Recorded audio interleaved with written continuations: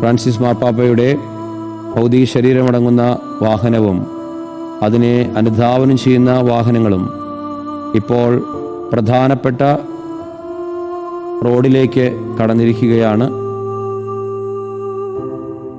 Mary major ബസിലിക്കയിലേക്കുള്ള യാത്ര ആരംഭിച്ചു കഴിഞ്ഞു.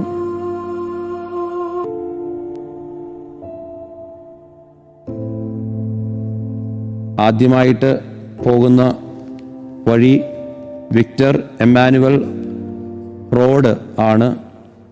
ആ റോഡിലൂടെയാണ് ഇപ്പോൾ മുന്നോട്ട് പോയിക്കൊണ്ടിരിക്കുക.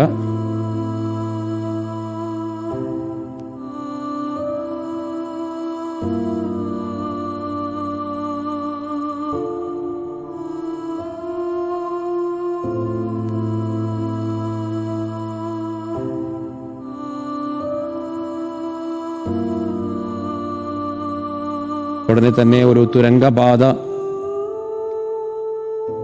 കടന്നിട്ടാണ്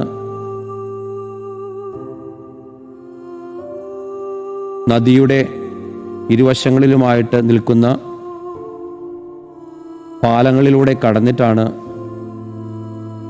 റോമൻ പട്ടണത്തിൻ്റെ പ്രധാന ഭാഗത്തേക്ക് വാഹനങ്ങൾ പ്രവേശിക്കുക. മനോഹരമായി ഒഴുകുന്ന പുഴയുടെ ഇരുഭാഗങ്ങളിലായി നിൽക്കുന്ന പട്ടണങ്ങളിലേക്ക് കടക്കുന്നതിനായിട്ടുള്ള പാതകൾ അതിമനോഹരമാണ്. നൂറ്റാണ്ടുകൾക്ക് മുൻപ് നിർമ്മിക്കപ്പെട്ടതാണ്. എന്നാൽ അത് യൂറോപ്യൻ നിർമ്മാണ ശൈലികളിൽ ഏറ്റവും പ്രസിദ്ധവും എല്ലാവരും കാണാൻ ഇഷ്ടപ്പെടുന്നതുമായിട്ടുള്ള പാലങ്ങളാണ്. ആ ഭാഗത്തേക്കാണ് ഉടനെ തന്നെ ഫ്രാൻസിസ് മാർപ്പാപ്പയുടെ ഭൗതിക ശരീരം വഹിച്ചുകൊണ്ടുള്ള വാഹനങ്ങൾ കടന്നു പോവുക. റോഡിന് ഇരുവശവും ആളുകൾ നിലനിൽക്കുന്ന കാണാം.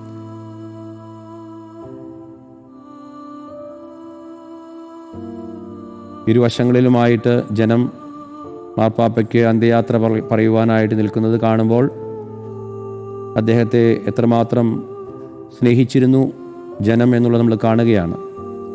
ഇന്ന് പ്രത്യേകമായിട്ട്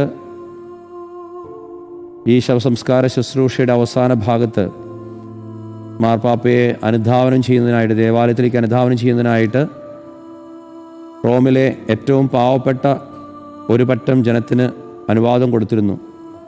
ഫ്രാൻസിസ് മാർപ്പാപ്പയായ ഉടനെ തന്നെ റോമിലെ പട്ടണത്തിൽ വഴിയോരങ്ങളിൽ കിടക്കുന്ന ഭക്ഷണമില്ലാതെ വേദനിക്കുന്ന രോഗികളായി കഴിയുന്ന എല്ലാവരെയും ചേർത്ത് പിടിക്കാനായി അവർക്കൊരു നേരത്തെ ഭക്ഷണം കൊടുക്കാനായിട്ടുള്ള സംവിധാനങ്ങൾ ചെയ്തിരുന്നു. വത്തിക്കാൻ്റെ ആ പ്രധാന കെട്ടിടത്തോട് ചേർന്ന് നിൽക്കുന്ന മദർ തെരേസയുടെ ആ ഭവനത്തിലെ ആണ് ആ സജ്ജീകരണങ്ങൾ ഒരുക്കിയിരുന്നത്.